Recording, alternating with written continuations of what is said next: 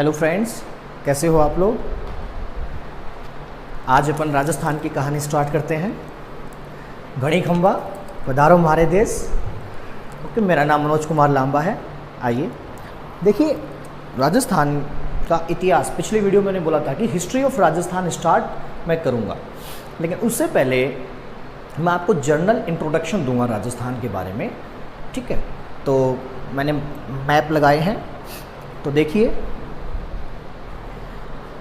ये है अपना प्यारा भारत। ये है अपना प्यारा भारत। इसमें देखिए गुलाबी कलर का जो स्टेट है जम्मू कश्मीर, और जो पतंग की आकृति का जो स्टेट है वो है अपना राजस्थान। ये वही राजस्थान है जो पूरे विश्व को अपनी ओर आकर्षित करता है। दिख रहा है, ये देखिए। तो देखिए पहले तो लोकेशन पता होना सबसे ज़रूरी है। देखिए अगर आपने दिशा ज्ञान कर लिया लोकेशन के हिसाब से, तो आपके इमेज में मैप सेट हो जाएगा। मैप सेट होने से क्या है कि आपको रटने से निजात मिल जाएगी। और कई बार क्या है कि एक या दो क्वेश्चन दिशा के हिसाब से भी आते हैं। तो ये उत्तर,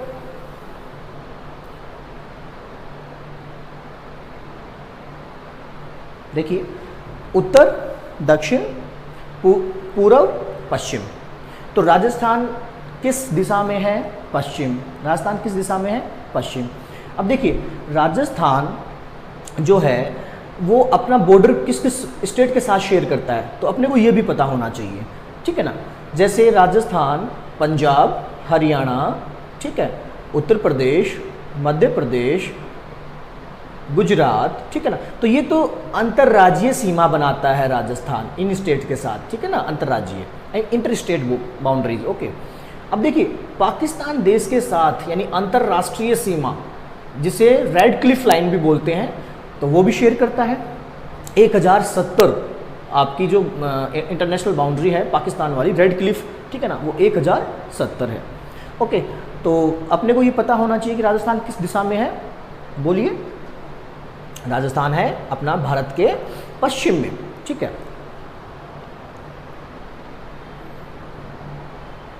अब मैं देखिए राजस्थान के मैप पे आपको लेके चलता हूं।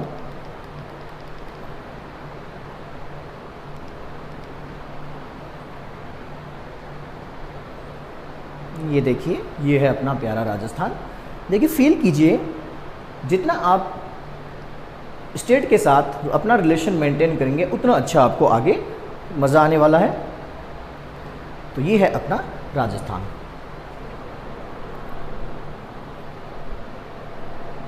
देखिए पतंग किसी आकृति का है ना। देखो चतुर्भुजीय कोण की आकृति मान लो, या यूं कहूं मैं एक पतंग है, पतंग को उड़ाने वाले हैं अपन। ठीक है ना। तो देखिए इस प्रकार से ये। अब देखिए राजस्थान के आपके मुख्य जिले जो हैं, मतलब कुल जिले राजस्थान में 33 हैं। ठीक है ना। 33वां लेटेस्ट जो है वो प्रतापगढ़ है। अब पहले एक एक का अपन नाम देखते हैं। आपको देखो सबसे पहले ये जो ऊपर है गंगानगर। ओके, गंगानगर के बाजू में हनुमानगढ़। ठीक है, ये जो येलो कलर का है। ओके, उससे जस्ट नीचे चूरू। ठीक है, चूरू के यहाँ पे ये वाला रीजन है झुंझुनू। झुंझुनू सीकर की गोद में बैठा है, तो सीकर डिस्ट्रिक्ट है आपका। ठीक है ना, कटोरे नुमा आकृति का, और उसी के जस्ट ऊपर क्या है? झुंझुनू। फिर मैं आगे चलता हूँ। सबसे पहले मैं बाहर जो भी बाउंड्री शेयर करते हैं उन डिस्ट्रिक्ट के बारे में बात करूंगा, और फिर उसके अंदर अपन बीच वाले स्टेट, इंटर स्टेट पे चलेंगे। ओके, इंटर डिस्ट्रिक्ट पे चलेंगे। तो गंगानगर, हनुमानगढ़, चूरू, झुंझुनू, ठीक है, सीकर, जयपुर, अलवर, भरतपुर, धौलपुर, करौली, सवाई माधोपुर, कोटा, ओके, बारा, झालावाड़, ठीक है, बूंदी, चित्तौड़गढ़, प्रतापगढ़, बांसवाड़ा, डूंगरपुर, उदयपुर, सिरोही, जालोर, बाड़मेर, जैसलमेर और अपना बीकानेर। तो ये तो सारे के सारे क्या है, अपनी बाउंड्री शेयर करते हैं अन्य राज्य के साथ या अन्य देश के साथ। तो ये वाली बाउंड्री तो पाकिस्तान के साथ ये डिस्ट्रिक्ट साझा करते हैं, बाकी जो बचे ये राज्यों के साथ, ठीक है। तो अब देखिए पाकिस्तान के साथ कौन कौन सी डिस्ट्रिक्ट बाउंड्री शेयर करते हैं। गंगानगर, देखो यहाँ से स्टार्ट है हिंदूमल कोट से, गंगानगर, बीकानेर, जैसलमेर, बाड़मेर, ओके, तो यहाँ तक अपनी बाउंड्री शेयर करते हैं। तो 1, 2, 3 और 4, तो राजस्थान के कितने जिले हैं जो पाकिस्तान के साथ बाउंड्री शेयर करते हैं? 4। तो ये बात समझ में आई, ओके। अब देखिए, अब बीच वाले में जिले देखता हूँ, जोधपुर, ठीक है ना, नागौर, ओके, जोधपुर, नागौर, अजमेर, जोधपुर, नागौर, अजमेर, पाली, ओके, भीलवाड़ा, राजसमंद, बाकी मैंने जिक्र कर ही लिया है, तो ये इंटरेस्टेड है। अब जो पाली जो डिस्ट्रिक्ट है उसकी स्पेशलिटी ये है कि जो पाली डिस्ट्रिक्ट है वो सबसे ज़्यादा जिलों के साथ कनेक्ट है, यानी 8 जिलों के साथ पाली क्या है? कनेक्ट है। जैसे में ये है पाली, ठीक है, तो पाली देखिए, नागौर, जोधपुर, जालोर, सिरोही, उदयपुर, राजसमंद, ओके, अजमेर, तो टोटल कितने हो गए ये? 8, ठीक है ना। तो इस प्रकार पाली यानी मैक्सिमम जो डिस्ट्रिक्ट के साथ अपना बॉर्डर शेयर करता है वो डिस्ट्रिक्ट कौन सा है? पाली, ठीक है। तो ये आपका देखो नॉर्मल ओवरव्यू बनाना। अब देखिए हरियाणा, अब जो स्टेट मैंने बताए थे कि राजस्थान के साथ जो इंटर स्टेट बॉर्डर है, देखो हरियाणा, तो हरियाणा से ऊपर है पंजाब, देख रहे हो, तो पंजाब के साथ अपना गंगानगर और हनुमानगढ़, कौन बॉर्डर शेयर करता है? गंगानगर और हनुमानगढ़ डिस्ट्रिक्ट पंजाब के साथ शेयर करते हैं हरियाणा। तो हरियाणा के साथ देखो हनुमानगढ़, चूरू, झुंझुनू, सीकर वाला पोर्शन, जयपुर वाला पोर्शन और अलवर वाला पोर्शन, ओके। और फिर है जैसे ये अपना यहाँ तक हो गया, ये हरियाणा हो गया, फिर यहाँ ये दिल्ली वाला पोर्शन है, फिर यहाँ पे अपना उत्तर प्रदेश चालू हो जाता है, तो उत्तर प्रदेश के साथ अपना भरतपुर, धौलपुर, ठीक है, और अपना देखिए यहाँ तक उत्तर प्रदेश है, ठीक है। फिर ये आता है मध्य प्रदेश, तो मध्य प्रदेश के साथ धौलपुर, करौली, सवाई माधोपुर, ठीक है, अपना कोटा, बारा, ठीक है, कोटा, बारा, झालावाड़, ओके, ये पूरा यहाँ तक देखिए, ये पूरा मध्य प्रदेश वाला रीजन है, यहाँ से लेके यहाँ तक। तो यहाँ पे चित्तौड़गढ़ भी आ गया इसके साथ, चंबल नदी मध्य प्रदेश से निकलकर चित्तौड़गढ़ में एंट्री मारती है भैंसरोडगढ़ जगह से, है ना, तो ये अपना मध्य प्रदेश आ गया। फिर यहाँ पे देखिए ये प्रतापगढ़ भी इसके साथ मध्य प्रदेश के साथ जुड़ा हुआ है, ठीक है ना, डूंगरपुर, सॉरी बांसवाड़ा भी।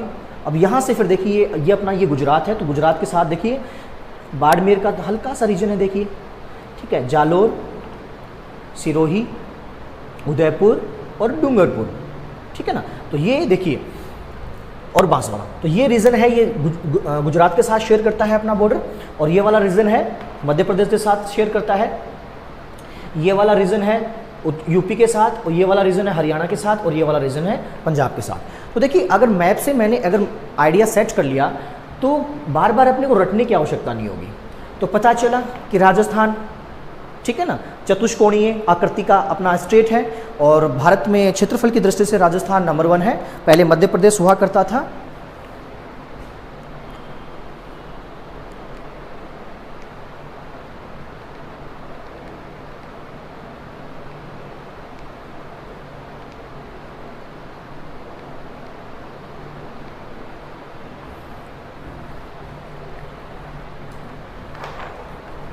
अब इंडिया के मैप को एक बार मैं रखता हूं।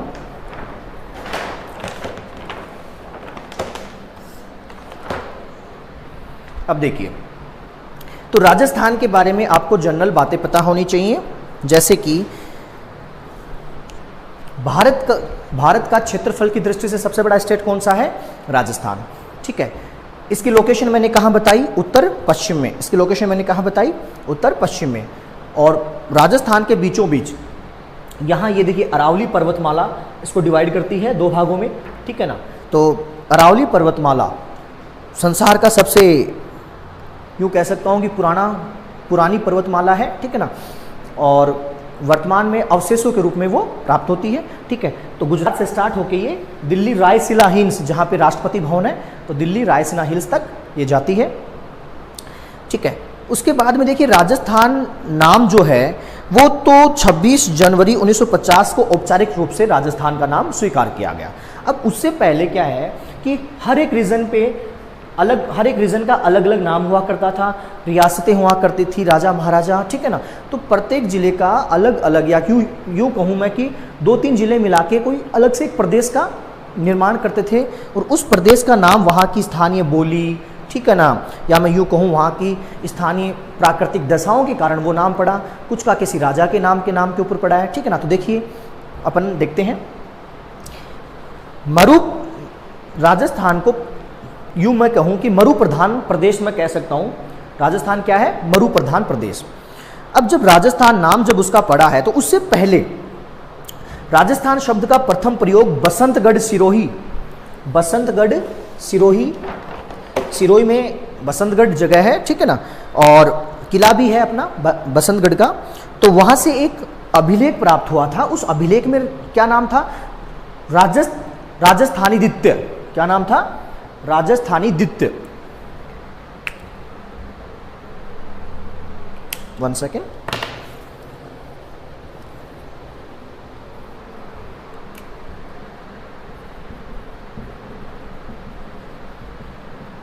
राजस्थानी दित्य। तो सबसे पहले देखो इसमें राजस्थान नाम आ रहा है ना, तो सबसे पहले सिरोही स्टेट मैंने भी बताया ना, तो सिरोही वहाँ पे है बसंतगढ़, ठीक है ना। तो यहाँ पे मिलता है आपका अभिलेख, तो वहाँ पे राजस्थान शब्द का पहली बार प्रयोग होता है, यूँ मैं कह सकता हूँ। फिर मैं बात करूँ आगे, फिर देखो अलग अलग रीजन है।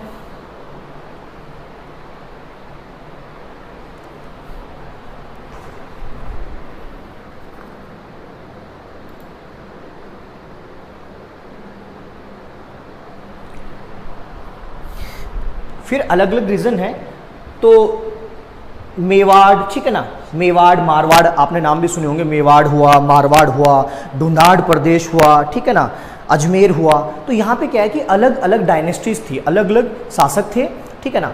तो जैसे मैं देखो मेवाड़ में जैसे अपना ये उदयपुर, राजसमंद, भीलवाड़ा, ठीक है ना, प्रतापगढ़, चित्तौड़, ये जो सारे जिले मिलके क्या किस रीजन का निर्माण करते थे? मेवाड़। मारवाड़ में ये जो पश्चिमी डिस्ट्रिक्ट्स हैं आपके राजस्थान में, देखो राजस्थान की भी अपने को लोकेशन पता होनी चाहिए। देखो ये उत्तर है, ये दक्षिण है, ये पूर्व है, ये पश्चिम है, ठीक है ना। तो अभी मैं लोकेशन पे भी आऊँगा। तो इस प्रकार से क्या है कि अलग अलग क्षेत्र मिलके वहाँ पे अलग अलग डायनेस्टी के राजा हुआ करते थे। तो इसी प्रकार शासन कार्य चल रहा था। फिर अंग्रेज आए भारत में, तो अंग्रेज राजस्थान को राजपूताना कह के बुलाते थे। पूरे राजस्थान की जो रियासतें थी उनको क्या बोलते थे? राजपूताना की रियासतें। तो जो राजपूताना शब्द है वो 1800 ईस्वी में जॉर्ज थॉमस, क्या बताया मैंने? 1800 ईस्वी में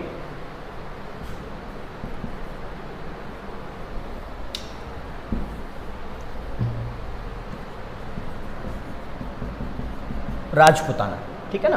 तो जॉर्ज थॉमस ने सबसे पहले राजपूताना नाम का यूज किया, ठीक है। तो पहले राजस्थानादित्य, उसके बाद में राजपूताना। फिर राजपूताना के बाद में एक शब्द चर्चा में आया, रायथान। क्या बोला मैंने? रायथान।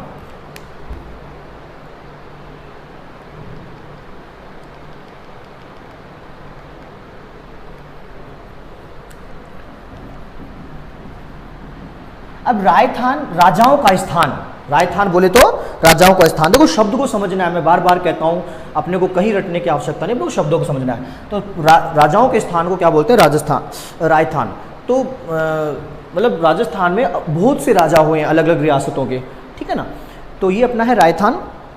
तो रायथान शब्द का सबसे पहले प्रयोग किया है कर्नल जेम्स टोड। किसने? कर्नल जेम्स टोड ने। कर्नल जेम्स टोड है वो पॉलिटिकल एजेंट हुआ करता था। पॉलिटिकल एजेंट किसका? ब्रिटिश गवर्नमेंट का। ओके।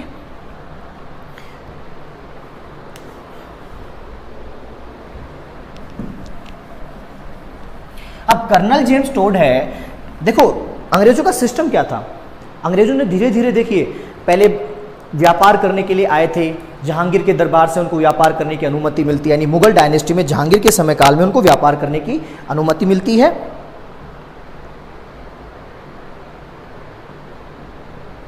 ओके, अब वो क्या करते थे, व्यापार करना उन्होंने स्टार्ट किया, तो धीरे धीरे उन्होंने क्या की, राजनीतिक कार्यों में भी, प्रशासनिक कार्यों में भी भागीदारी की।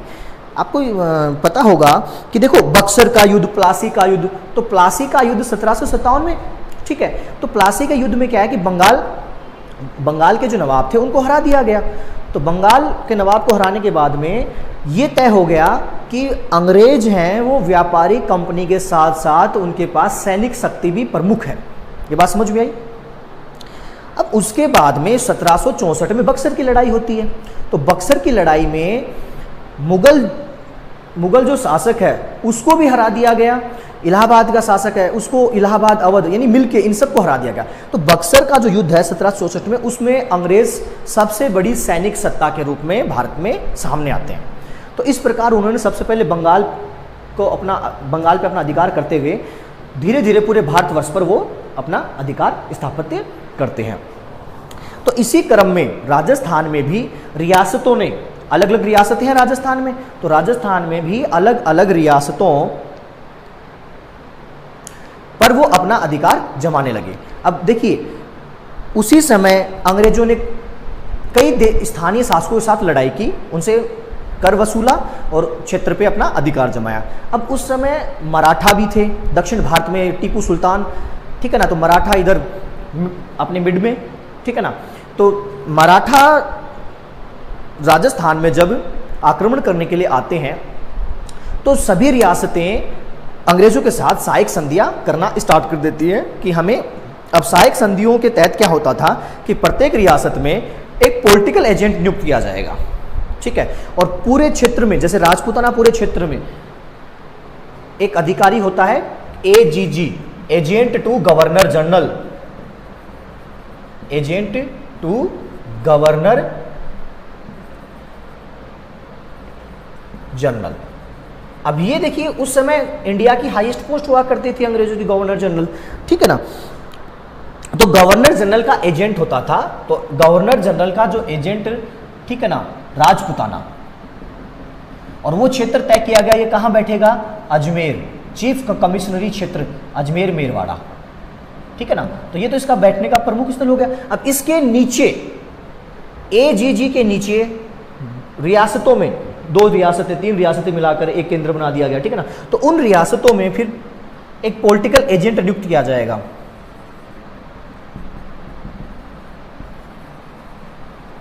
ये क्या करेगा, इसी के इशारे पे देसी रियासतों के राजा अपना शासन करेंगे। यानी कहने का मतलब कि देसी रियासतों के जो शासक थे वो एक तरह से कठपुतली बन के रह चुके हैं सहायक संधि के अकॉर्डिंग, ठीक है ना। अब उनको सेना भी रखनी पड़ती थी और उस सेना का खर्च देसी रियासतें उठाती थी। तो देखिए अंग्रेजों ने क्या गेम खेला है, पैसे रियासतों के, शक्ति उन्होंने अपनी बढ़ाई, सेना का खर्चा रियासतों पे डाल दिया, ठीक है ना। तो लगान वगैरह भी यहाँ पे बढ़ना स्टार्ट होता है। तो ये पूरी पृष्ठभूमि है अंग्रेजों वाला, मैंने हल्का सा आपको एक ओवरव्यू दिया है। बाकी हिस्ट्री में इसको अपन डिटेल से कंसेप्ट वाइज आगे अपन फ्लो टू फ्लो आगे बढ़ेंगे। अब मैंने क्या बोला कि कर्नल जेम्स टोड ने राजस्थान का जो नाम यानी रायथान नाम किसने दिया, कर्नल जेम्स टोड ने, और इनकी पुस्तक ही एनाल्स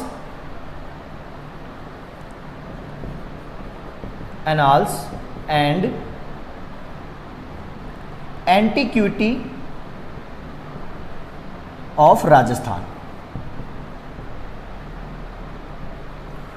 इस देखो ऑफ राजस्थान शब्द आ गया ना इसमें, तो मैं यूं कह सकता हूं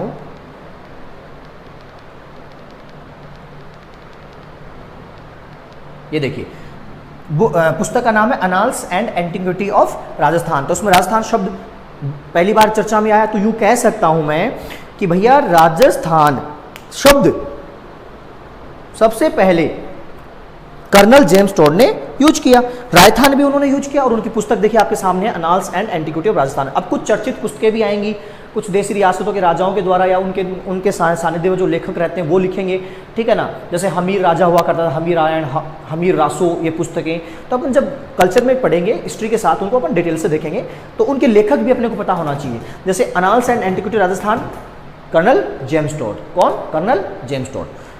अब राजस्थान शब्द यहाँ से आ गया चर्चा में।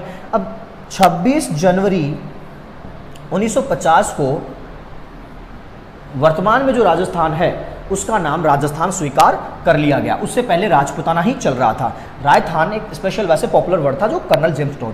अच्छा, कर्नल जेम्स टोड को घोड़े वाले बाबा भी कहते हैं, घोड़े वाले बाबा। देखो मैं बार बार इसका जिक्र क्यों कर रहा हूँ, क्योंकि देखिए ये पॉलिटिकल एजेंट थे और इनकी रुचि राजस्थान की हिस्ट्री, आर्ट एंड कल्चर में बहुत ज़्यादा थी। तो ये क्या करते थे, पूरा हिस्ट्री को कंपाइल किया, घूमते रहते थे, घोड़ी पे बैठे और घूमते रहते थे, पूरे राजस्थान में घूमते रहते थे। तो जहाँ जहाँ ये जिस जगह पे गए वहाँ से कलेक्शन इकट्ठा करते गए और उन्होंने फिर कंपाइल करके पुस्तक बना दी, annals and antiquity of Rajasthan. तो देखिए राजस्थान के इतिहास में इनकी भूमिका है कि नहीं है। हालांकि अंग्रेज हैं, देखो अंग्रेजों ने कुछ काम अच्छे भी किए हैं, ठीक है ना, और कुछ काम बेकार भी हैं। तो उन्हीं अच्छे कामों में से कर्नल जेम्स टोड का ये कार्य है और इनको क्या बोलते हैं, घोड़े वाले बाबा। अब देखिए राजस्थान नाम हो गया आपका। उसके बाद में जो वर्तमान में राजस्थान का स्वरूप है, जो वर्तमान में राजस्थान का स्वरूप है, जो आपको अभी मैप दिख रहा है राजस्थान का कंप्लीटली, ये सारा जो स्वरूप है ये 1 नवंबर 1956 में कंप्लीट हुआ है। 1 नवंबर 1956, यानी देखो जब स्वतंत्रता मिली तो उसमें उस समय देखिए राजस्थान में 19 रियासतें, 3 ठिकाने, ठीक है ना, और एक चीफ कमिश्नरी क्षेत्र अजमेर मेरवाड़ा। यानी मैं यूं कह सकता हूं कि राजस्थान स्वतंत्रता के समय क्या सिचुएशन थी, 19 देसी रियासतें। कितनी? 19 देसी रियासतें, 3 ठिकाने प्लस एक चीफ कमिश्नरी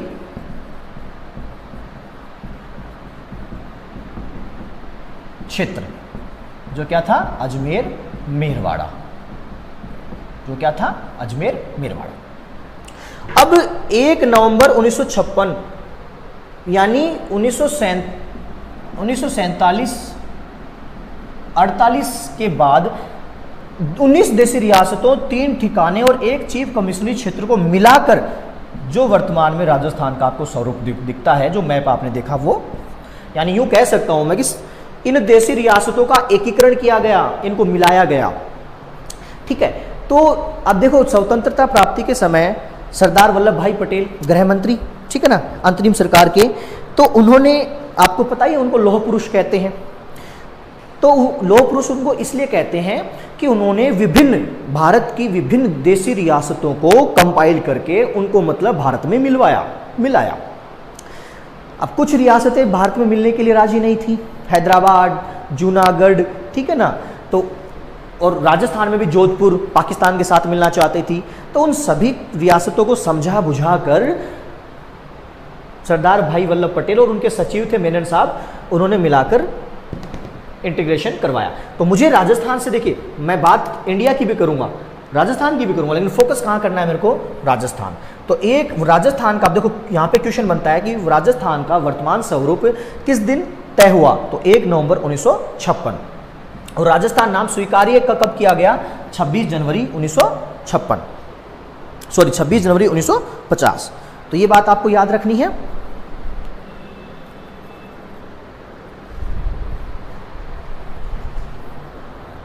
आइए आगे चलते हैं।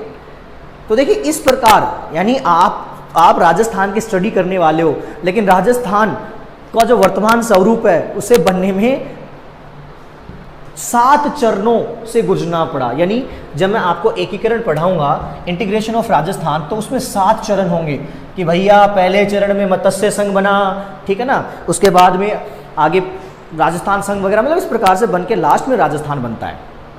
तो इंटीग्रेशन कितने चरणों में हुआ, 7 चरणों में। तो वो अपन डिटेल से आगे बात करेंगे। अब देखिए आपका पूरा इंटीग्रेशन 1 नवंबर 1956 को खत्म हो गया। अब उससे पहले राजस्थान के कुछ स्थानीय नाम, राजस्थान के क्षेत्रों के कुछ स्थानीय नाम हुआ करते थे, ठीक है। जैसे मैं एग्जांपल लेता हूं,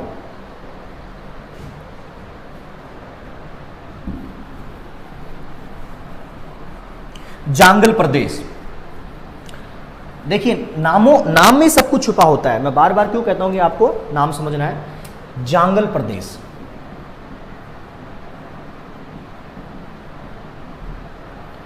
देखिए बीकानेर जोधपुर का उत्तरी भाग, ये जोधपुर है आपका, इसका उत्तरी भाग, यानी बीकानेर और जोधपुर का उत्तरी भाग क्या कहलाता था? जांगल प्रदेश। बीकानेर डिस्ट्रिक्ट और आपका जोधपुर का उत्तरी भाग। तो जांगल प्रदेश के तहत कौन से 2 जिलों का क्षेत्र आता था? क्वेश्चन बन गया। देखो क्वेश्चन आंसर गेम भी अपन साथ में खेलेंगे।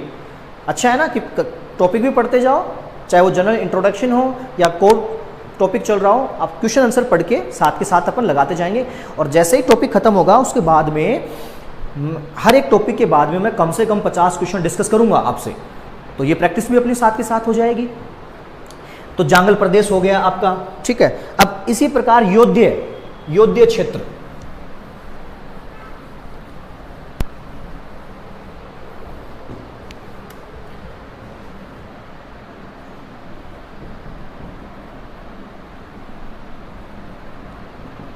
योध्य प्रदेश, ठीक है ना। तो इसमें क्या, हनुमानगढ़ और गंगानगर, हनुमानगढ़ और गंगानगर।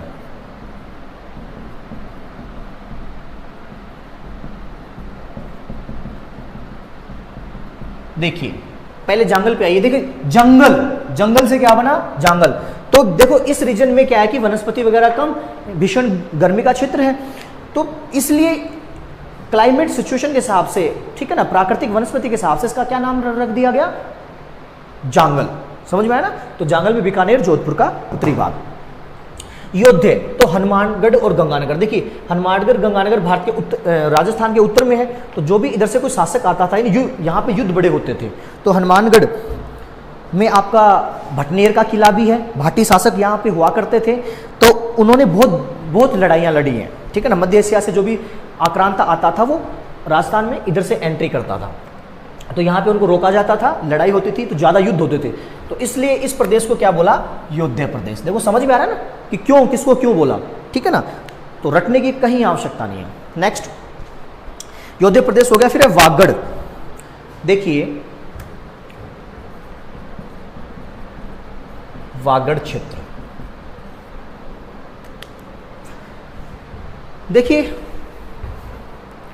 डूंगरपुर बांसवाड़ा और प्रतापगढ़, ये जो नीचे दक्षिणी राजस्थान का जो दक्षिणी हिस्सा है, डूंगरपुर बांसवाड़ा प्रतापगढ़, इनको कंबाइन क्या बोला जाता था? वागड़। यहाँ पे भाषा बोली जाती है, आदिवासी क्षेत्र है, ये ट्राइबल एरियाज है, ठीक है ना। तो वागड़ी, क्या? वागड़ी। तो इसलिए स्थानीय इसका जो नाम है वो क्या है? वागड़ क्षेत्र। अब बताइए वागड़ क्षेत्र में कौन कौन से डिस्ट्रिक्ट आते हैं? डूंगरपुर, बांसवाड़ा और प्रतापगढ़। तो इस प्रकार से आपको बात समझ में आई। वागड़ क्षेत्र का मतलब आपको पता चला। फिर मैं बात करता हूं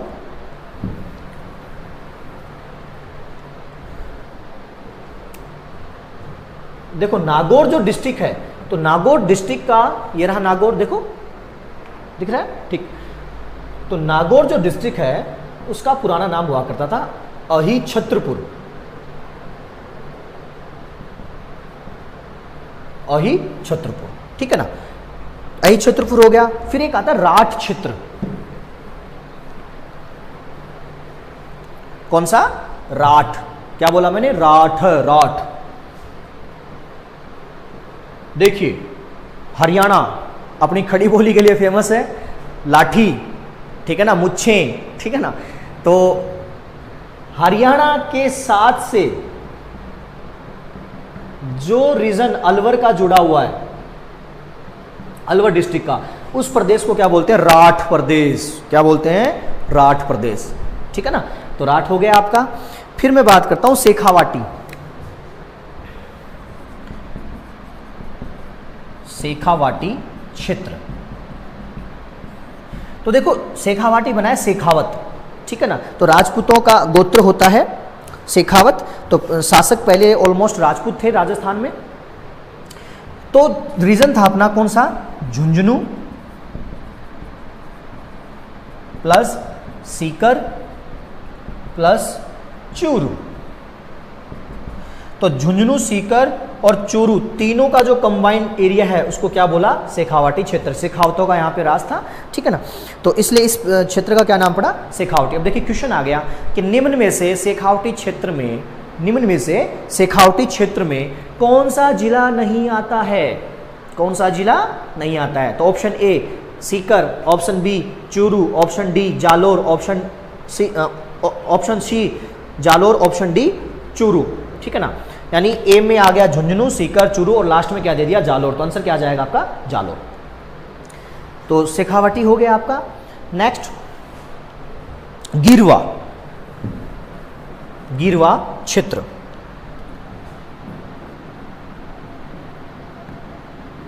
देखिए उदयपुर है, मैप पे चलते हैं अपन, ये लो, ओहो ऊपर चला गया। हाँ भैया कहना मानो हमारा, जूम हो जाओ, ये लो जूम हो गए। उदयपुर दिखाओ हमें, उदयपुर दिखाओ भैया। हाँ जी, तो ये देखिए ये है आपका उदयपुर, दिख रहा है ना, ये है आपका उदयपुर। तो अरावली पर्वतमाला की जो यहाँ पे पहाड़ियाँ हैं, ठीक है ना, अरावली पर्वतमाला की जो यहाँ पे पहाड़ियाँ हैं उस प्रदेश को बोला जाता है गिरवा। क्या बोला जाता है, गिरवा। यानी वो पहाड़ियाँ कटोरेनुमा संरचना के तहत सदा हरी भरी रहती हैं। क्या रहती हैं, सदा हरी भरी। तो गिरवा क्षेत्र में उदयपुर प्लस आसपास का क्षेत्र अरावली क्षेत्र, यानी अरावली रीजन की जो पहाड़ियां हैं किस, कहां पे, उदयपुर और आसपास के क्षेत्र में, उस क्षेत्र को क्या बोला जाता है, गिरवा, ठीक है ना। चारों तरफ से उदयपुर को घेरे हुए हैं, क्या है, घेरे हुए हैं, तो घेरना यानी गिरवा, समझ लो मेरी बात। तो स्थानीय भाषा में उसको क्या बोलते हैं, गिरवा। नेक्स्ट आबूर्द। माउंट आबू गए हो, माउंट आबू देखो राजस्थान में बहुत अच्छी जगह है। राजस्थान का जो हाईएस्ट पॉइंट है गुरु शिखर, वो भी माउंट आबू में है और माउंट आबू सिरोही जिले में है। तो देखिए आपको मैं बैठे बैठे पूरे राजस्थान का दर्शन भी करवाऊंगा, ठीक है ना। यहाँ ये है, यहाँ ये मंदिर है, ये किला है, ठीक है ना। तो इस और पूरी संस्कृति अपन डिस्कस करेंगे तो आपको खुद आनंद आएगा कि देखिए बैठे बैठे अपन राजस्थान घूम लिए, ठीक है ना। फिर कभी आप जाओगे, कभी घूमने का मौका मिले, राजस्थान के लोग हैं वो तो जाते रहते हैं, जो राजस्थान के बाहर के जो बच्चे ये वीडियो पढ़ रहे हैं, जब वो राजस्थान घूमने आएंगे तो जो मेरे स्टडी के बाद में वो घूमेंगे तो उनको अलग ही मजा आएगा। अरे यार अच्छा ये वो रीज़न है जो सर ने बताया था, अच्छा ये, तो वो क्या क्या आपको प्रैक्टिकल हो जाएगा, ठीक है ना। तो समय निकाल के राजस्थान भी घूमिए, ठीक है ना, सपोर्ट कीजिए राजस्थान के टूरिज्म को। अब मैं बात कर रहा हूं आबूर्द या चंद्रावती, आबूर्द या चंद्रावती। देखिए सिरोही जिले का जो भाग है उसका पुराना नाम हुआ करता था आबूर्द क्षेत्र। क्या हुआ करता था, आबूर्द क्षेत्र। यहाँ पे आबूर्दा देवी का मंदिर भी है। क्या है, आबूर्दा देवी। तो आबूर्दा देवी, आबूर्दा क्षेत्र, सिरोही, ठीक है ना। तो इसलिए इस क्षेत्र का पुराना नाम क्या था, आबूर्द या चंद्रावती। तो ये कहाँ है, सिरोही। दिलवाड़ा के जैन मंदिर बहुत फेमस हैं, दिलवाड़ा के जैन मंदिर बहुत फेमस हैं। देखिए कभी उनका जो स्कल्पचर है, ठीक, आर्किटेक्ट है, काफ़ी देखने लायक है। फिर मैं बात करता हूँ ऊपरमाल, फिर मैं बात करता हूँ ऊपरमाल। देखिए ये ज्योग्राफिकल क्षेत्र के हिसाब से इसका नाम दिया गया है। तो एक पठार है, ऊपरमाल क्या है, एक पठार है। भीलवाड़ा व चित्तौड़गढ़ का जो पठारी भाग है, भीलवाड़ा व चित्तौड़गढ़ का जो पठारी भाग है उसको क्या बोला,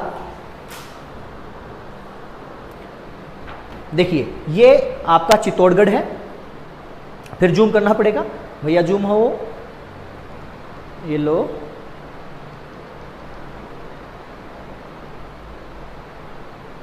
देखिए ये चित्तौड़गढ़ है। ओके, तो चित्तौड़गढ़ और ये आपका देखो बाजू में चित्तौड़गढ़, ये ऊपर क्या है भीलवाड़ा। तो ये जो पठारी प्रदेश है, ये जो पठारी प्रदेश है इसको क्या बोला, ऊपरमाल का पठार। तो ऊपरमाल क्षेत्र भीलवाड़ा व चित्तौड़गढ़ के बीच में पठार का भाग।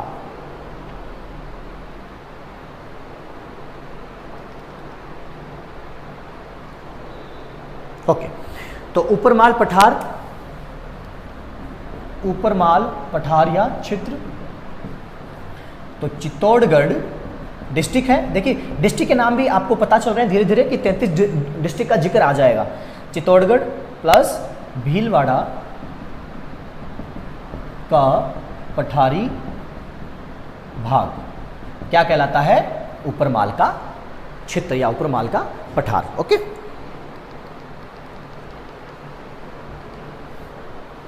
फिर मैं बात करता हूं गोंडवान क्षेत्र। नाम थोड़े से आपको ऐसे अटपटे नाम भी सुनने को मिलेंगे, लेकिन अगर आपने उन नामों को समझ लिया, ठीक है ना, वही बात की देखो क्यों इसका नाम ये ऊपरमाल ही क्यों है, तो पता चला ना क्यों, क्योंकि ज्योग्राफिकल कंडीशन के हिसाब से। तो नेक्स्ट है मेरा क्या, गोंडवाड़ क्षेत्र। कौन सा क्षेत्र, गोंडवान क्षेत्र।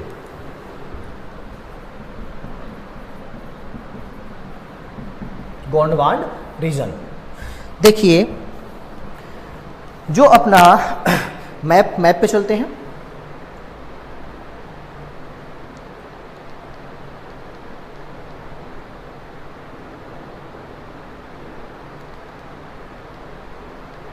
हाँ जी आइए मैप पे आइए। दक्षिण पूर्वी बाड़मेर जालोर, ये बाड़मेर है, देखो बाड़मेर की लोकेशन उत्तरी दक्षिणी, तो दक्षिणी पूर्वी बाड़मेर तथा जालोर, दक्षिण पूर्वी बाड़मेर जालोर व पश्चिमी सिरोही, ये वाला रीजन। देखिए जालोर पूरा आ गया, दक्षिणी पूर्वी बाड़मेर आ गया, और ये सिरोही का पश्चिमी क्षेत्र। तो ये जो रीजन है ये क्या कहलाता था, गोंडवान क्षेत्र। यहाँ पे गोंडवानी बोली बोली जाती है, इसलिए इस रीजन का नाम क्या है, गोंडवान। तो आपको साथ के साथ बोलियां भी पता चल रही हैं कि कहाँ क्या बोली जा रही है। ओके, तो गोंडवान क्षेत्र में क्या है, Barmer plus Sirohi plus Jalore. Okay, तो गोंडवान क्षेत्र। नेक्स्ट ढूढ़ाड़। देखो ढूढ़ाड़ नदी बहती थी पहले, अभी तो लगभग सारी नदियां राजस्थान की जो अंतःप्रवाही नदियां हैं वो सूख चुकी हैं। तो नदियां आजकल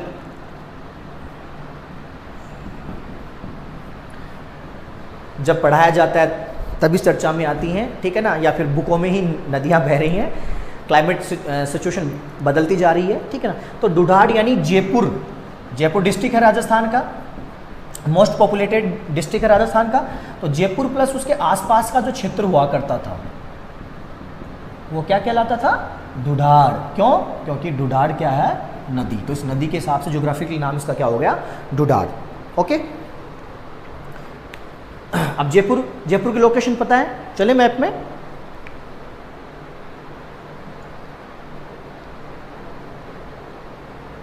देखो हर एक इमेज आपको सेट करनी है। ये देखिए ये आपका है प्यारा जयपुर, येलो कलर का, ठीक है ना। ये देखिए इधर हरियाणा की तरफ इसका एक्सेस भी है, और ये बाकी सीकर के साथ सीमा बनाता है, ठीक है, नागौर के साथ सीमा बनाता है। नागौर और जयपुर की सीमा पर सांबर लेक है ना, आर्द्रभूमि स्थल भी है राजस्थान का ही, वेटलैंड्स। तो नागौर के साथ नागौर, सीकर, और नीचे इधर अजमेर, इस तरफ आपका टोंक, और ये देखिए सवाई माधोपुर से भी छोटी सी सीमा बनती है, दौसा, फिर आपका ये अलवर। तो इस प्रकार से जयपुर घिरा हुआ है। ओके, चलो वापस चलते हैं, बैक टू पवेलियन।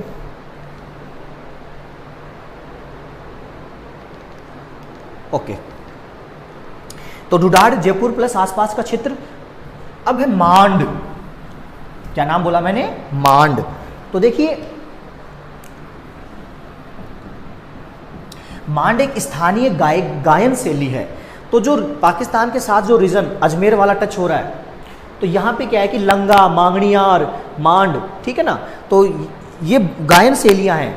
राजपूत शासक महफिलों में कलाकारों को प्रोत्साहन देते थे, ठीक है, और हर एक क्षेत्र की अलग अलग टेर लगा के बोलियाँ होती थी, ठीक है। तो मांड गायकी के हिसाब से इस क्षेत्र को क्या बोलते थे, जैसलमेर के आसपास के रीजन को क्या बोलते थे, मांड क्षेत्र। क्या? मांड क्षेत्र। Next,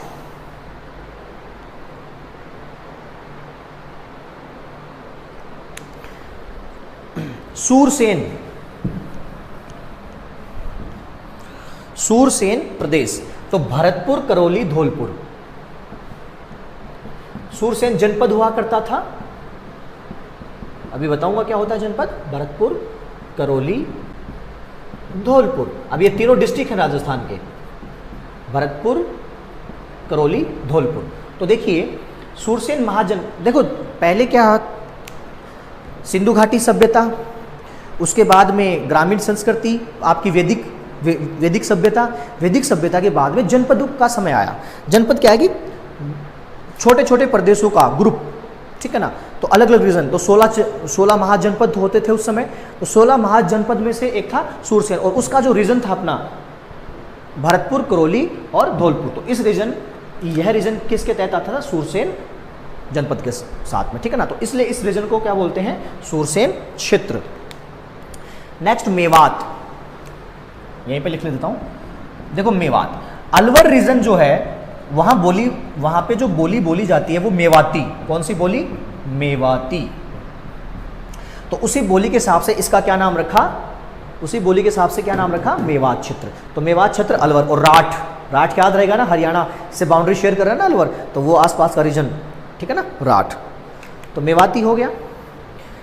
next, Torawati. देखिए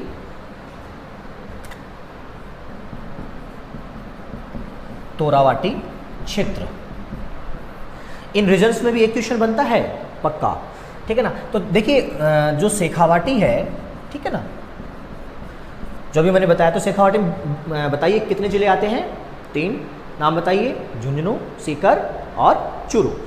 तो सीकर की खंडेला की पहाड़ियों से, सीकर में क्या है, खंडेला, सीकर डिस्ट्रिक्ट है, खंडेला तहसील है, ठीक है ना, ब्लॉक। तो खंडेला की यहाँ पे पहाड़ियाँ हैं, वहाँ से निकलती है कांतली नदी। कौन सी? कांतली नदी। अब कांतली नदी सीकर बहते हुए ये आ गया झुंझुनू साहब ऊपर, ठीक है ना। जैसे मैं लोकेशन के हिसाब से सेट कर दूं, ये साहब निकली तो सीकर से ऊपर में पहुंचा, सीकर की गोद में झुंझुनू है ना, अभी मैंने बताया था आपको, झुंझुनू, और फिर झुंझुनू को क्रॉस करते हुए चूरू तक जाती है, और चूरू फिर आगे ये यहीं पे खत्म हो जाती है। तो अंतःप्रवाही नदी है। तो कांतली नदी का जो ये क्षेत्र है आसपास का, उसको ही क्या बोलते हैं, तोरावाटी। क्योंकि इस क्षेत्र में पहले तंवर राजपूत जो शासक थे उनका शासन हुआ करता था, तो इसलिए इस क्षेत्र को क्या बोलते हैं, तोरावाटी। तो देखो ऐसे समझना हम लोग डिटेल आराम से। तो अभी तो बेसिक इंट्रोडक्शन चल रहा है, कोई इशू नहीं है, आराम से डिटेल से हम पढ़ाई करेंगे। और अपना जो टारगेट लिया है अपन ने 150 प्लस करके दिखाना है, साथ चलना है, रिवीजन करना है, और आराम से बेफिक्र होके पेपर, मैं फिर कहता हूँ पेपर बहुत आसान आएगा, बेसिक अंडरस्टैंडिंग बनानी है, काम हो जाएगा अपना, ठीक है। और यहीं पे लीड, देखो माइंड गेम ही खेला जाएगा, टेक्निकल सभी पढ़ेंगे, ठीक है ना। यहाँ पे जिसने फोकस दिया वो एडवांटेज में रहेगा, और कम टेक्निकल भी आप पढ़ोगे तो भी काम चल जाएगा। फिर मेंस में आप आराम से कीजिए स्कोर। फिर मैं बात करता हूँ, तोरावाटी हो गया, हाड़ौती,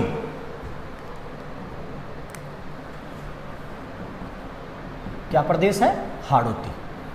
अब देखो मैप पे चलना पड़ेगा, तो चले मैप पे।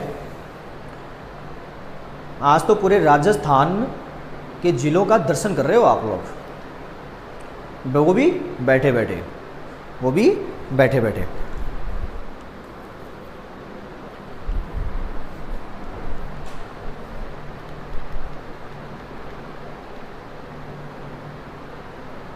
तो राजस्थान का जो दक्षिणी भाग है, राजस्थान का जो दक्षिणी भाग है, देखिए दक्षिण, यानी देखो उत्तर, दक्षिण, पश्चिम, पूर्व, तो पूर्व दक्षिणी, ये जो बीच वाला देखिए, ये दिख रहा है आपको ये वाला रीजन, ये देखिए, यानी मध्य प्रदेश के साथ जो बाउंड्री शेयर कर रहा है ये वाला रीजन, यानी मध्य प्रदेश में है मालवा का पठार। क्या है? मालवा का पठार। तो मालवा का पठार का ही भाग है हाड़ौती का पठार। तो राजस्थान में जो मालवा का पठार है उसका जो क्षेत्र है उसको क्या बोलते हैं? हाड़ौती। क्या बोलते हैं? हाड़ौती स्थानीय भाषा में। और हाड़ौती में 4 जिले कवर होते हैं, कोटा, बारा, झालावाड़ व बूंदी। ये देखो, बूंदी, कोटा, बारा, झालावाड़। तो इस रीजन को क्या बोलते हैं? हाड़ौती। हाँ भाई, क्या बोलेंगे? हाड़ौती। तो कोटा, बूंदी, झालावाड़ और बारा। बारा में सांप बहुत होते हैं भैया, सांपों की शरण स्थली है बारा। ठीक है, तो चलिए बैक टू पवेलियन।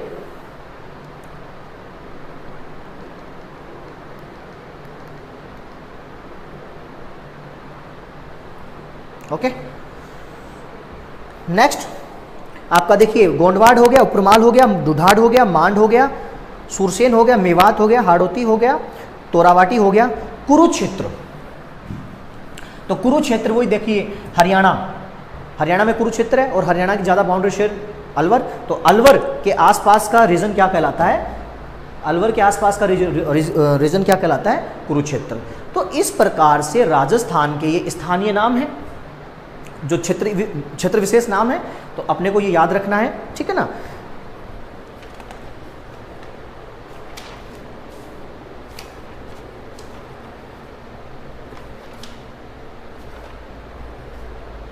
अब मैं बात करता हूं राजस्थान की लोकेशन की।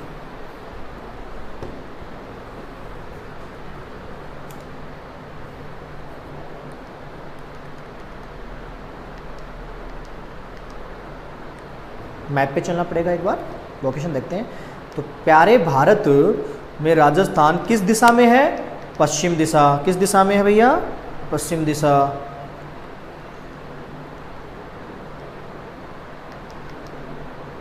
देखिए राजस्थान, देखो मैं यहां पे क्वेश्चन भी बना रहा हूं कि राजस्थान है, उसके सबसे उत्तर में कौन सा जिला है? सबसे उत्तर में, यानी लास्ट, गंगानगर। दिख रहा है ना गंगानगर? तो गंगानगर का गांव है कोणागांव। क्या है? कोणागांव। गंगानगर का कोणागांव। तो यहां पे लिख लूं मैं कि राजस्थान का सबसे उत्तरी गांव कौन सा है, या सबसे उत्तरी छोर। ये देखिए, ये दिशाएं होगी उत्तर, दक्षिण, पूर्व और पश्चिम। तो सबसे उत्तर में ये लो, कोणागांव। और कोणागांव किस डिस्ट्रिक्ट में है? गंगानगर। किस डिस्ट्रिक्ट में है? गंगानगर। ठीक है, और यहां ये जो अक्षांश है 30 डिग्री 12 मिनट, 30 डिग्री 12 मिनट उत्तरी अक्षांश। अभी बताऊंगा मैं आपके लिए, अक्षांश वगैरह नए शब्द हैं, वैसे तो बचपन में अपने पढ़े हैं लेकिन ध्यान नहीं दिया अपन ने। फिर सबसे उत्तरी आपको छोर पता चला राजस्थान का, ठीक है ना? और अब मैं बात करता हूं सबसे दक्षिणी। तो सबसे दक्षिणी आपका है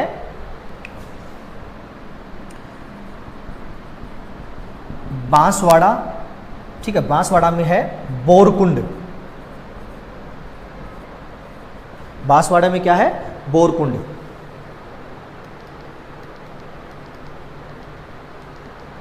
हाँ, अब सही है। बांसवाड़ा में है बोरकुंड। 23 डिग्री 3 मिनट उत्तरी अक्षांश। फिर मैं बात करता हूं पश्चिम। तो पश्चिम में जैसलमेर का गांव है कटरा गांव। कौन सा? कटरा गांव। कहां है ये? जैसलमेर। और सबसे पूर्व में है धौलपुर का सिलावट गांव।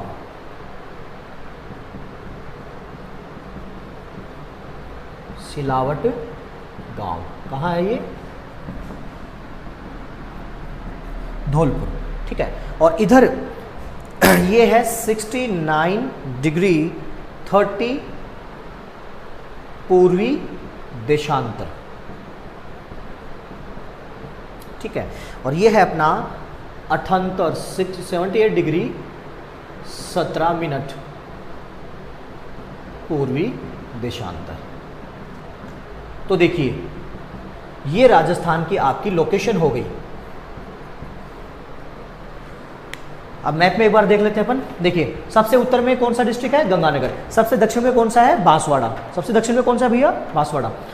सबसे पूर्व में कौन सा डिस्ट्रिक्ट है, धौलपुर, ठीक है। और सबसे पश्चिम में कौन सा है, जैसलमेर। बात समझ में आई। अब इनमें देखो पर्टिकुलर जगह हो गई, गंगानगर में कोणा गांव, बांसवाड़ा का बैसे बांसवाड़ा बैसे बोरकुंड, ठीक है, कटरा जैसलमेर और आपका सिलावट धौलपुर। अब देखिए अक्षांश वाली बात मैं बता देता हूं आपको, थोड़ी सी क्लियर कर देता हूं।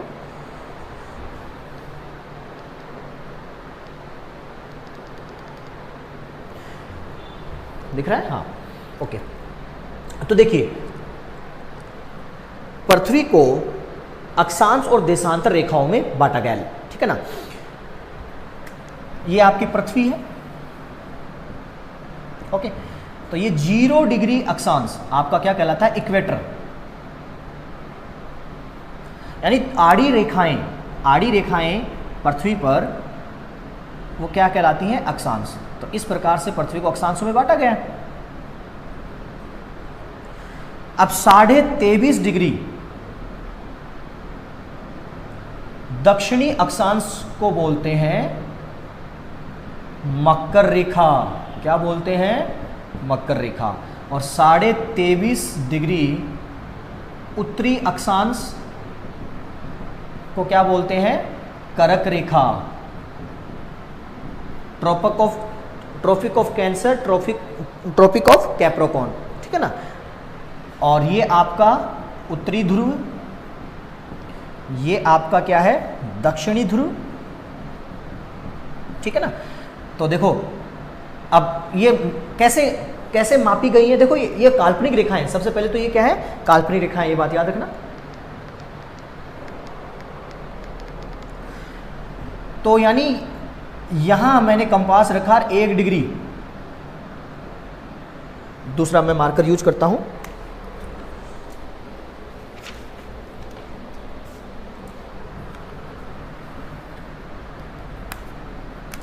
देखो हर चीज का आपको पता होना चाहिए, ठीक है। तो देखो यहां पे कंपास रखा और यहां से मैंने मेजर किया 1 डिग्री और ये मैंने इस पे रेखा खींच दी, तो 1 डिग्री 2 डिग्री, तो इस प्रकार से 90 तक जाएगा मामला, ठीक है ना। 90 हो गया ना। और ऐसे ही नीचे 90, तो ऊपर 90 अक्षांश, नीचे 90 अक्षांश, ठीक है ना। तो और उसमें से 23.5 को क्या बोलते हैं, कर्क रेखा। 23.5 दक्षिणी को क्या बोलते हैं, मकर रेखा। और बीच वाले को क्या बोलते हैं, भूमध्य रेखा, ठीक है।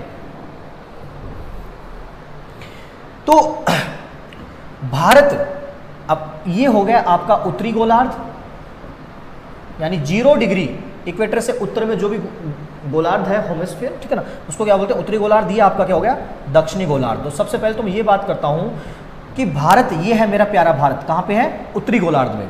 कहां है, उत्तरी गोलार्ध। तो भारत उत्तरी गोलार्ध, ठीक है। तो अक्षांश रेखाएं, सारी जो अक्षांश रेखाएं वो इक्वेटर यानी उत्तरी अक्षांश से भारत का पाला पड़ेगा। बात समझ में आई। और कर्क रेखा भारत के 8 स्टेट से गुजरती है, और जिसमें राजस्थान से भी कर्क रेखा गुजरती है, बहुत इंपॉर्टेंट है। और जो कर्क रेखा है राजस्थान से गुजरती है, बांसवाड़ा और डूंगरपुर रीजन से निकलती है, बांसवाड़ा और डूंगरपुर से। और यहाँ पे नदी बहती है, माही नदी। तो माही नदी भारत की ऐसी पहली नदी है जो कर्क रेखा को 2 बार काटती है। कर्क रेखा को क्या करती है, 2 बार काटती है, ठीक है ना, चाप बना के। तो एक क्वेश्चन वो हो गया अपना। अब जो ये राजस्थान है उत्तरी गोलार्ध, तो अक्षांश रेखा। अच्छा, देशांतर रेखाएं क्या होती हैं, खड़ी लाइनें, ऐसे। देशांतर, देखो देश प्लस अंतर, देश प्लस अंतर, देशांतर, यानी देशों का अंतर समय के अकॉर्डिंग। तो देशांतर रेखाओं से समय ज्ञात किया जाता है, ठीक है ना। तो अब देखिए ये होती है मतलब पूर्वी देशांतर, और मतलब एक सेकेंड देखिए, मैं दूसरा डायग्राम बना ही देता हूं, आपको अच्छे से समझ में आ जाए। अक्षांश रेखाएं समझ में आई ना? देखिए,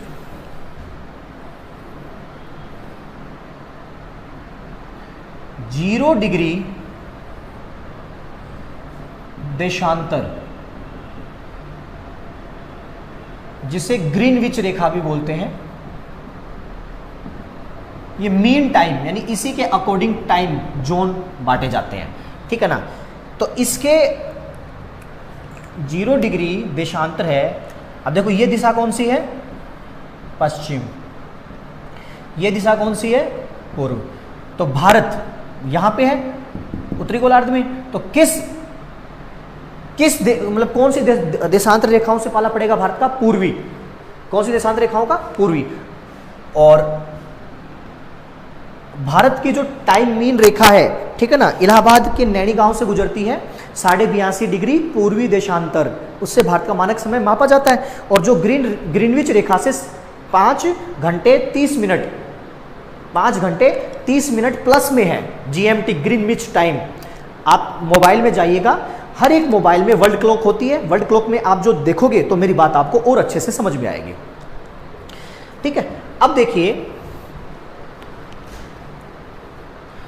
मैंने क्या, अब 2 अक्षांश लिखे, तो राजस्थान का जो विस्तार है, राजस्थान का जो विस्तार है वो अक्षांश में, उत्तरी अक्षांश में कहां से कहां तक है? ये आपका उत्तरी अक्षांश देखिए, 23.5 के आसपास ही है ना, 23 डिग्री 3 मिनट, ठीक है ना। तो 23.5 डिग्री, इसके आगे होगा ना, देखिए 23 से बढ़ रहा है 30 तक, तो 23.5 यानी मैंने बताया ना बांसवाड़ा और डूंगरपुर, तो कर्क रेखा वहां से गुजरती है। तो अक्षांश के हिसाब से अगर मैं राजस्थान का विस्तार देखूं, एक्सपेंड देखूं, तो 23.5 डिग्री 3 मिनट से 30 डिग्री 12 मिनट अक्षांश से विस्तार हो गया। देशांतर विस्तार, देशांतर विस्तार में देखिए 69 डिग्री 30 मिनट से लेके 78 डिग्री 17 मिनट, ठीक है ना। तो ये देखिए दोनों जगह मैंने क्या लिखा है? पूर्वी देशांतर, पूर्वी देशांतर। यहां पे मैंने क्या लिखा है? उत्तरी अक्षांश, उत्तरी अक्षांश। तो ये बात, ये आपका राजस्थान का क्या है? पूरा का पूरा राजस्थान का विस्तार है। तो हमें ये बिल्कुल पता होना चाहिए कि सबसे उत्तर में कौन सी जगह है? राजस्थान की कोणागांव। सबसे दक्षिण में कौन सी है? बोरकुंड। सबसे पूर्व में कौन सा है? सिलावट। और सबसे पश्चिम में कौन सा है? जैसलमेर कटरा गांव, जैसलमेर कटरा गांव। तो ये बात याद रहेगी। तो देखिए ये था राजस्थान का बेसिक इंट्रोडक्शन। इसके साथ अपने को ये पता होना चाहिए, बेसिक बात है कि राजस्थान का राज्य पक्षी गोडावण, अपने जो नेशनल है, नेशनल आपका जो बर्ड है वो कौन है? मोर। तो उसी प्रकार से राज्यों के भी पर्टिकुलर प्रतीक चिन्ह होते हैं, तो अपने सारे प्रतीक चिन्ह हमें पता होने चाहिए। जैसे राजस्थान का पक्षी है गोडावण, राज्य पशु है चिंकारा। राज्य पशु यहाँ पे राजस्थान में 2 प्रकार से है, यानी एक तो पालतू श्रेणी और दूसरा वन्य श्रेणी। तो राजस्थान का जो पालतू श्रेणी में है वो तो ऊंट है, और राजस्थान का जो वन्य श्रेणी में राज्य पशु है वो चिंकारा है, हिरन का एक टाइप होता है। और राज्य पुष्प, जैसे भारत का कमल है, वैसे राजस्थान का क्या है? रोहिड़ा, रोहिड़ा का फूल, पीले पीले लाल लाल पीले पीले कलर के फूल होते हैं, ठीक है ना, बड़े ही प्यारे लगते हैं। तो आइए राजस्थान, और मैं आपको रोहिड़ा का पेड़ दिखाऊंगा, ठीक है। नेक्स्ट है अपना, तो राज्य पुष्प क्या हो गया? रोहिड़ा का फूल, ठीक है। राज्य वृक्ष खेजड़ी, राज्य वृक्ष क्या होता है? खेजड़ी, जिसे समी वृक्ष भी बोलते हैं। क्या बोलते हैं? समी वृक्ष। तो राजस्थान का राज्य पेड़ कौन सा है? खेजड़ी। उसके लूम लगती है जिससे बकरी वगैरह खाती हैं, ठीक है ना। और सांगरी की सब्जी खाई है आपने? तो सांगरी खेजड़ी के पेड़ पे लगती है, बहुत ही टेस्टी होती है, खाइएगा जरूर। फिर राजस्थान का मतलब राजस्थान की भाषा यानी राज्य भाषा क्या है? हिंदी। राज्य भाषा क्या है? हिंदी। राज्य का खेल कौन सा है? बास्केटबॉल। राज्य का खेल कौन सा है? बास्केटबॉल। राज्य गीत स्टेट सॉन्ग, केसरिया बालम पधारो म्हारे देश, केसरिया बालम पधारो म्हारे देश। सुना है ना ये गाना कई बार टीवी पे। नेक्स्ट, राज्य का लोक नृत्य घूमर। पद्मावती मूवी आई थी, पद्मावत मूवी आई थी ना, उसमें दीपिका पादुकोण ने घूमर किया कि नहीं गया? तो वही घूमर, गोल गोल लहरदार वस्त्र पहन के, ठीक है ना, घेर बनाते हुए गोल गोल घुमा जाता है, तो उसको क्या बोलते हैं, घूमर। बहुत अच्छा डांस है, आप भी कीजिएगा, ठीक है ना। लड़के मत करना कहीं घाघरा पहन के घूमर करने लग जाओ, वैसे कर लेना किसी को इच्छा हो तो। नेक्स्ट, राज्य शास्त्रीय नृत्य, यानी अपना जो स्टेट है राजस्थान, उसका क्लासिकल डांस कौन सा है, कथक। उत्तर प्रदेश का भी है, ठीक है ना, तो कथक। तो ये मेरी तरफ से आपको बताई गई राज्य के बारे में लोकेशन और कुछ महत्वपूर्ण जानकारियां। This is the general introduction of Rajasthan. बाकी नेक्स्ट लेक्चर में मैं हिस्ट्री का कंटेंट स्टार्ट करूंगा और बैक टू बैक टॉपिक करेंगे, और सिंधु घाटी सभ्यता से मैं स्टार्ट करूंगा कि सिंधु घाटी सभ्यता में कौन कौन से अपने स्थल हैं। ठीक है, ओके, बाय गाइज।